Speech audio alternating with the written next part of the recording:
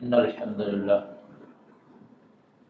إن الحمد لله نحمده ونستعينه ونستغفره ونعوذ بالله من شرور أنفسنا ومن سيئات أعمالنا من يهده الله فلا مضل له ومن يضلله فلا هادي له وأشهد أن لا إله إلا الله وحده لا شريك له وأشهد أن محمدا عبده ورسوله يا أيها الذين آمنوا اتقوا الله حق تقاته ولا تموتن إلا وأنتم مسلمون يا أيها الناس اتقوا ربكم الذي خلقكم من نفس واحدة وخلق منها زوجها وبث منهما رجالا كثيرا ونساء واتقوا الله الذي تساءلون به والأرحام إن الله كان عليكم رقيبا يا أيها الذين آمنوا اتقوا الله وقولوا قولا سديدا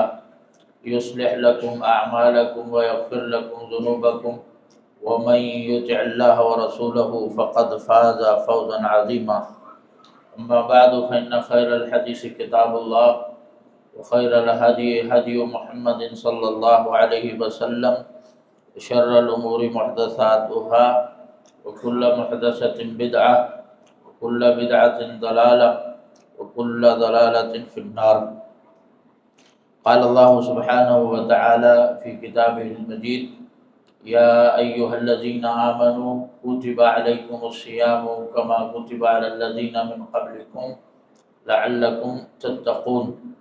عزیزان گرامی، ہر قسم کے حمد، ثناء، کبریائی، بڑائی، تعریف، تمجید اور تسبیح اللہ رب العالمین کی ذات کے لیے خاص ہے۔ لاکھوں درود و سلام ہمارے نبی مکرم سیدنا محمد مصطفیٰ احمد مصطفیٰ صلی اللہ علیہ وسلم کی ذات اقدس پر حمد و ثناء اور درود و سلام کے بعد میرے محترم بھائیوں، اللہ تبارک و تعالیٰ کا ہم پر بڑا فضل ہے، بڑا احسان ہے، بڑا کرم ہے کہ رب العالمین نے ہمیں یہ اپنی زندگی میں ایک دفعہ دوبارہ رمضان کا مہینہ دیکھنا نصیب فرمایا۔ بڑی سعادت ہے اور بڑی ہی خوش نصیبی ہے کہ جس کے لیے اسلاف کے حالات اگر ہم دیکھتے ہیں تو وہ آدھا سال تو اسی دعاؤں میں گزار دیتے تھے کہ اللہ تعالیٰ جو اس مہینے میں کیا ہے اس کو تو قبول کر لے، اور باقی آدھا سال اس کے انتظار میں گزار دیتے تھے کہ اللہ اتنی زندگی دراز کر دے کہ اس بابرکت مہینے کو پا لیں اور اس کے ثمرات سمیٹنے کی ہمیں توفیق عطا فرما۔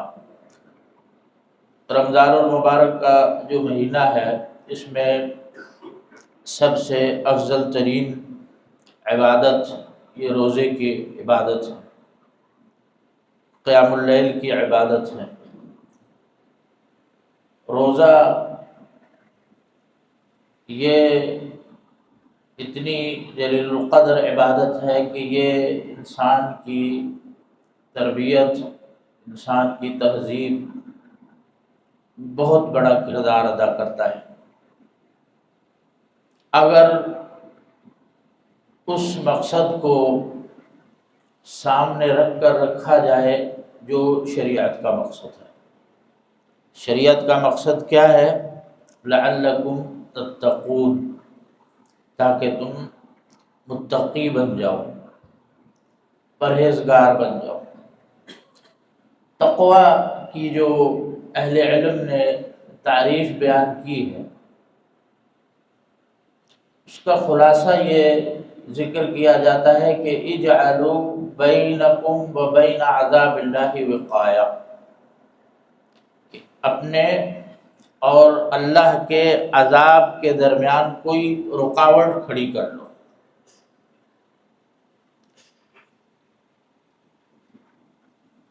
اگر اللہ کے اور بندے کے درمیان اور عذاب کے درمیان رکاوٹ نہ ہو، بندے اور اللہ کے عذاب کے درمیان رکاوٹ نہ ہو تو بندے کی ہلاکت میں کوئی شک و شبہ نہیں رہتا، وہ اللہ کا عذاب اس تک پہنچ کر رہتا ہے۔ تو تقوی کا مدعا اور مقصد یہ ہے کہ اپنے اور اللہ کے عذاب کے درمیان کوئی نہ کوئی رکاوٹ کھڑی کر لیں۔ رکاوٹ کیا ہے؟ وہ یہ نیک اعمال ہیں۔ ان میں سے ایک روزہ ہے۔ اللہ تعالیٰ کا سخت ترین جو عذاب ہے وہ جہنم کی صورت میں ہے،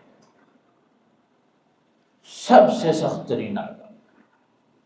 اور اللہ نے اس جیسی خطرناک، شدت والی اور کریہ ترین مخلوق پیدا نہیں کی جہنم سے بڑھ کر۔ اب اللہ کے نبی صلی اللہ علیہ وسلم کیا فرماتے ہیں کہ الصوم جنہ، روزہ ڈھال ہے۔ کس چیز سے ڈھال ہے؟ اللہ کے عذاب سے، جہنم سے۔ ایک اور حدیث میں آپ صلی اللہ علیہ وسلم نے ارشاد فرمایا کہ جو اللہ کی رضا کی خاطر ایک دن صرف روزہ رکھتا ہے، اللہ تعالیٰ اس کو جہنم سے 70 سال دور کر دیتے ہیں۔ یہ ایک روزے کی مثال ہے۔ 70 خریفہ، 70 سال بندہ جہنم سے دور چلا جاتا ہے۔ اور جس نے 30 روزے رکھ لیے اس کی تو کوئی انتہا ہی نہیں ہے کہ وہ جہنم سے کتنا دور چلا گیا۔ لہذا میرے بھائیوں، رمضان یہ تربیت کا مہینہ ہے، احتساب کا مہینہ ہے، اور خود کو سدھارنے کا مہینہ ہے۔ صرف بھوکا رہنا کافی نہیں ہے کہ انسان صبح سے شام تک کچھ کھائے نہ، کچھ پیے نہ۔ اللہ تعالیٰ کو اس کی ضرورت نہیں ہے۔ ضرورت کس چیز کی ہے؟ لعلکم تتقون۔ اگر تقوی طبیعت میں پیدا نہیں ہوتا، اللہ کا ڈر دل میں پیدا نہیں ہوتا، خوف اور اللہ کی خشیت دل میں پیدا نہیں ہوتی، بندہ اللہ کی رحمت نہیں سمیٹ سکتا، اللہ کی رحمت نہیں پا سکتا، مغفرت نہیں پا سکتا اس مہینے میں، تو سمجھے اس نے کچھ نہیں حاصل کیا۔ اس کے بھوکے رہنے اور پیاسے رہنے کا کچھ فائدہ نہیں ہوا اس کو۔ صرف اگر بھوکا رہنے کی عبادت ہوتا تو یہ ہندو جو ہیں چلے کاٹتے ہیں، یہ 15 20 دن 40 دن کہتے ہیں کہ ہم کچھ نہیں کھاتے۔ اصل کیا ہے کہ اللہ نے جتنی بھی عبادتیں فرض کی ہیں ان کے اثرات ہیں جو انسان کے وجود پر نظر آتے ہیں۔ اگر عبادت کا اثر انسان کے کردار میں، انسان کے وجود میں نظر نہیں آ رہا تو سمجھیں کہ انسان کو اس عبادت سے متعلق فکر مند ہونے کی ضرورت ہے، پریشان ہونے کی ضرورت ہے کہ میری عبادت کا اثر ضائع کیوں ہو رہا ہے، میرے وجود پر نظر کیوں نہیں آ رہا، میری اصلاح کیوں نہیں ہو رہی۔ میں جیسے رمضان سے پہلے تھا، رمضان میں بھی میں ویسا ہی ہوں، اس کے بعد بھی میں ویسا ہی ہوں، تو مجھ میں کوئی تبدیلی نہیں آ رہی۔ تو مطلب یہ ہے کہ پھر روزے کا اثر نہیں ہو رہا ہماری طبیعت میں، اور اگر عبادت کا اثر نہیں نظر آئے تو سمجھیں کہ عبادت کے بارے میں انسان کو فکر مند ہونا چاہیے۔ دعاؤں کو اگر ہم دیکھ لیں اپنی جو رمضان میں مانگتے ہیں، ہماری زیادہ تر دعائیں، بلکہ اکثر دعائیں وہ دنیا کے متعلق ہوتے ہیں، دنیا کی روزی، دنیا کا رزق، دنیا کی ترقی، دنیا میں اولاد کا آگے بڑھنا، کہ مالی پریشانی دور ہو جائے، جسمانی صحت حاصل ہو جائے، اولاد کو ترقی مل جائے، اولاد کو یہ منصب حاصل ہو جائے، اس کی یہ مشکل دور ہو جائے۔ ہماری دعاؤں کا 90% محور جو ہے وہ دنیا ہی ہے۔ حالانکہ روزہ جو تربیت کرتا ہے یہ اس کے برعکس ہے۔ روزہ یہ تربیت کرتا ہے کہ انسان کا مطمع نظر دنیا کی لذات سے ہٹ کر آخرت کی لذت سے جڑے، اور دنیا کی سختیوں سے تھوڑا سا انسان ذہن کو آخرت کی سختیوں کی طرف لے کر جائے۔ اس لیے نبی کریم صلی اللہ علیہ وسلم ایک حدیث میں ارشاد فرماتے ہیں کہ رمضان میں، ایک حدیث میں ہے کہ ہر دن اور ہر رات للہ اتقاء من النار، اللہ رمضان کے ہر دن اور ہر رات کو ہزاروں اور لاکھوں کی تعداد میں گردنیں جہنم سے آزاد کرتے ہیں۔ اور ایک اور حدیث میں عند فطری، افطاری کے وقت اللہ ہزاروں گردنیں جہنم سے آزاد کرتے ہیں، یعنی کہ روزے کے رمضان کے 30 کے 30 دن، 30 کی 30 راتیں اور 30 کی 30 افطاریاں، یہ اللہ ان میں انسان کو، اہل ایمان کو جہنم سے آزاد کرتے ہیں۔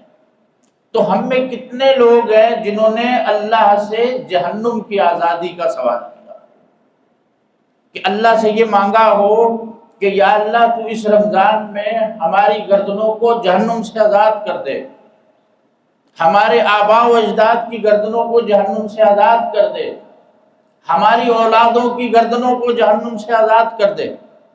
کتنے لوگوں نے مانگا ہے؟ حالانکہ اللہ کے نبی فرماتے ہیں کہ الصوم جنہ، روزہ جہنم کے سے ڈھال ہے، روزہ رکھو 70 سال جہنم سے دور چلے جاؤ گے۔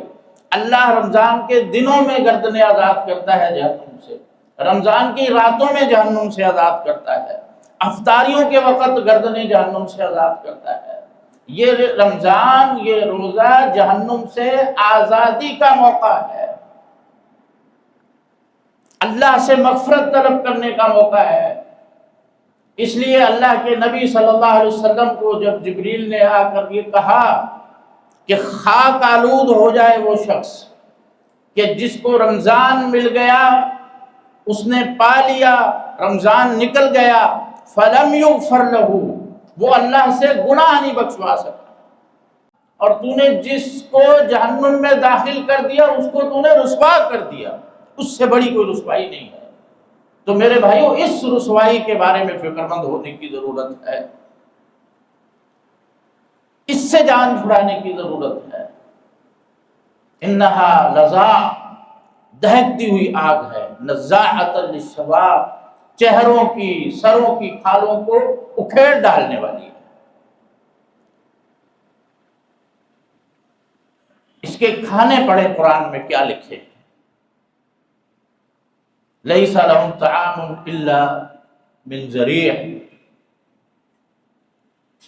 کانٹوں کے کھانے،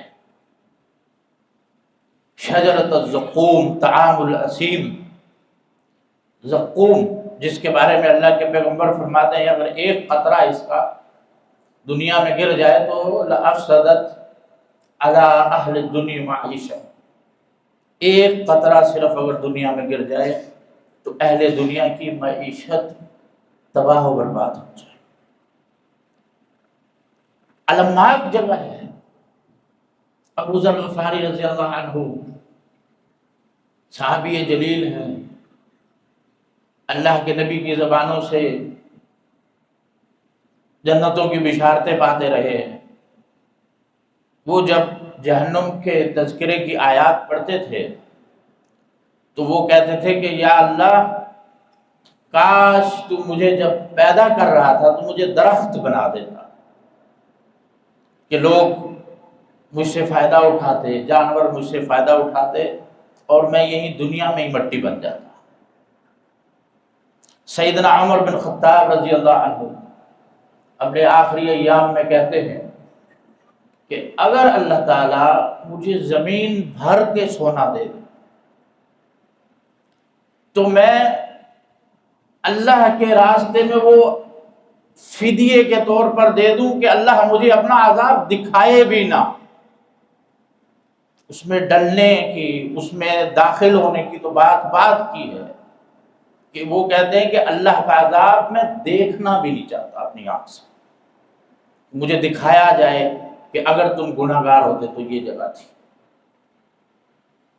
صرف اس کو دیکھنے سے بچنے کے لیے میں دنیا جہاں بھر کر سونے کی مجھے مل جائے تو میں وہ عطا کر دوں اور اللہ سے یہ درخواست کروں کہ اس کے بدلے مجھے میرا عذاب نہ دکھایا جائے۔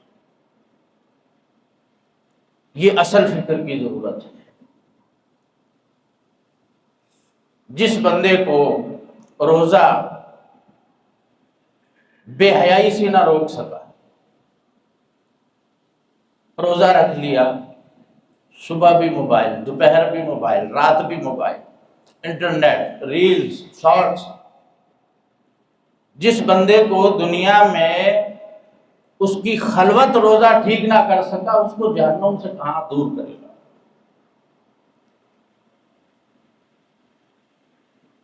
جس بندے کو اس کا روزہ خیانت سے نہ بچا سکا، تو روزے کا مقصد ہے لعلکم تتقون، تقوی ہے، تو جو بندہ خیانت سے نہ بچ سکا اس عمل کی برکت سے، بے حیائی سے نہ بچ سکا، اس کی خلوتیں اچھی نہ ہو سکی، اس کی تنہائیاں ویسی کی ویسی جیسا کہ تھی، تو سمجھے کہ بھائی وہ روزہ نہیں ہے۔ روزے کا اللہ نے اثر بتایا ہے کہ وہ تقوی پیدا کرتا ہے۔ اگر تقوی پیدا نہیں کر رہا تو صرف بھوکا رہنے، اللہ کے پیغمبر فرماتے ہیں کہ من لم یدع قول الزور والعمل بہ، جو برائیاں نہیں چھوڑ سکتا، ان پر عمل نہیں چھوڑ سکتا، تو اللہ کو کوئی ضرورت نہیں ہے کہ وہ بھوکا رہے۔ اللہ بھوکا نہیں رکھنا چاہتے۔ میں نے آپ کو کہا ہے کہ لوگ جو غیر مسلم ہیں کچھ 24 گھنٹے بھوکے رہتے۔ بھوکا رہنا مقصد نہیں ہے، مقصد یہ ہے کہ لعلکم تتقون، تقوی پیدا کرو، اللہ کا خوف پیدا کرو، جہنم کا دل میں ڈر لے کر آؤ اور اللہ کی طرف رجوع کرو، گڑ گڑاؤ کہ اللہ اس سے ہمیں آزاد کر دے۔ اللہ موقع فراہم کر رہا ہے، دنوں کو، راتوں کو، افطاریوں کے وقت۔ اور یہ خیال ذہن سے نکال دینا چاہیے کہ جہنم میں صرف کافر جائیں گے۔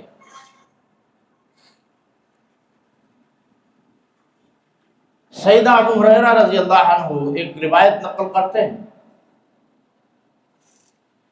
کہتے ہیں کہ جب اللہ تعالیٰ فیصلے کے لیے آئیں گے تو ہر امت گھٹنوں کے بل بیٹھی ہوگی، ہر انسان۔ تو سب سے پہلے اللہ فیصلے کے لیے جس شخص کو بلائے گا، ایک قاری قرآن، دوسرا مجاہد فی سبیل اللہ،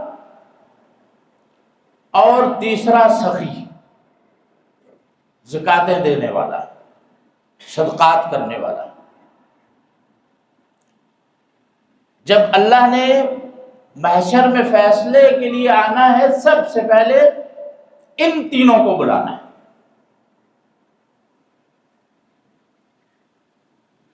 ابو جہل، فرعون، یہ بعد میں آئیں گے.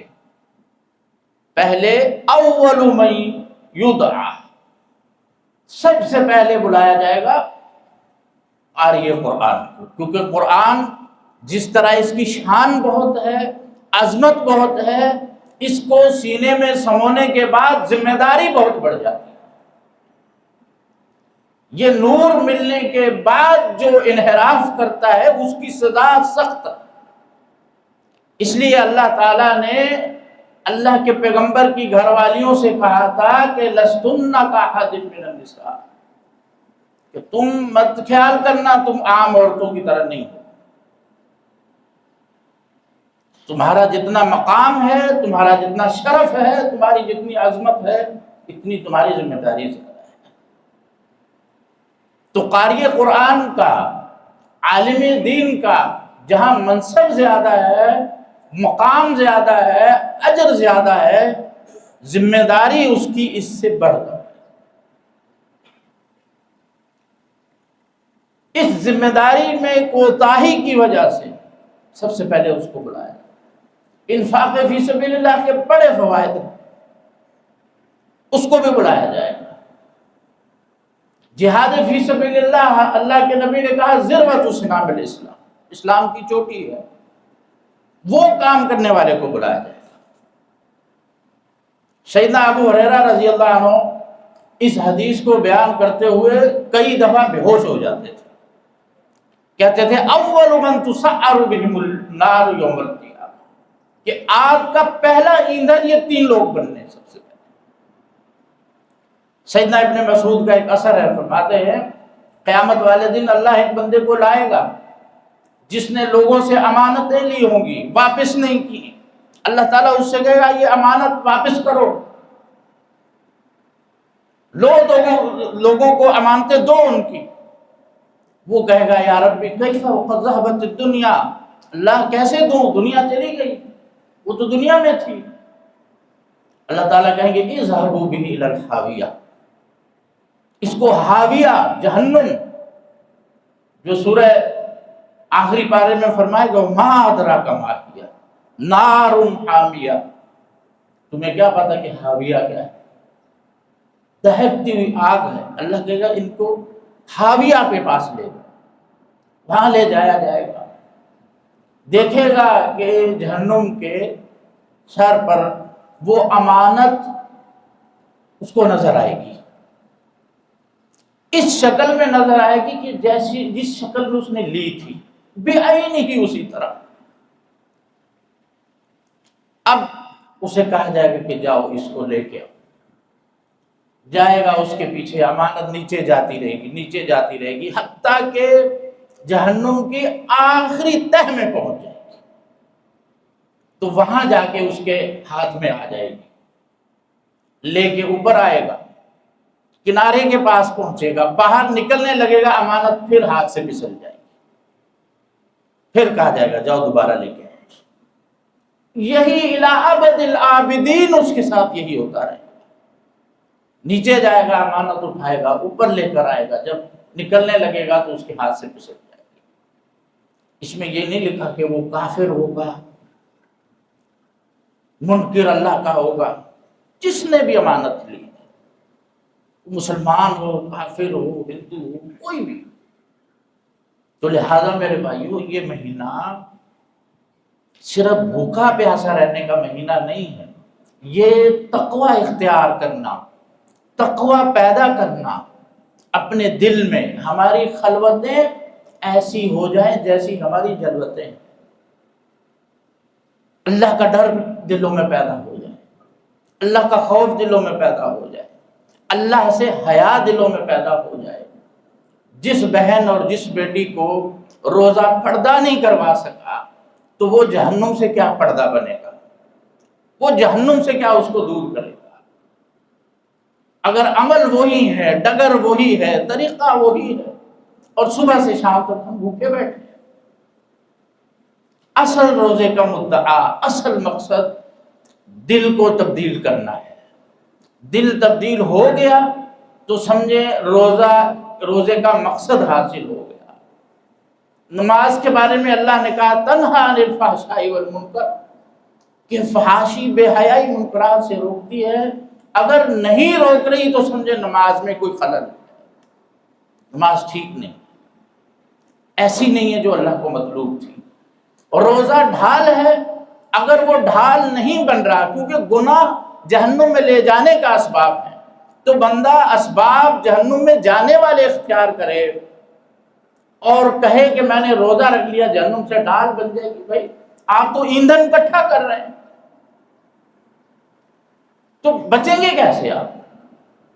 لہذا کھانے پینے سے زیادہ اس چیز پر فوکس کریں کہ اللہ اس دن ان راتوں میں اللہ ہماری اولادوں کی، ہماری والدین کی، ہمارے اساتذہ مشائخ کی، ہمارے شاگردوں کی اللہ تعالیٰ گردنیں جہنم سے آزاد. یہ اصل کامیابی ہے، جس نے اس رمضان میں اپنی گردن کو جہنم سے آزاد کروا دیا. یہ اصل مشن ہے، اور ہر مسلمان کا مشن یہی ہونا چاہیے. اللہ تعالیٰ سے دعا ہے کہ اللہ تعالیٰ ہمیں روزے کے کما حق جو ثمرات ہیں وہ حاصل کرنے کی توفیق عطا فرمائے. انہ ولی ذلک والقادر علیہ. سبحان ربک رب العزت عما یصفون، وسلام علی المرسلین والحمد للہ.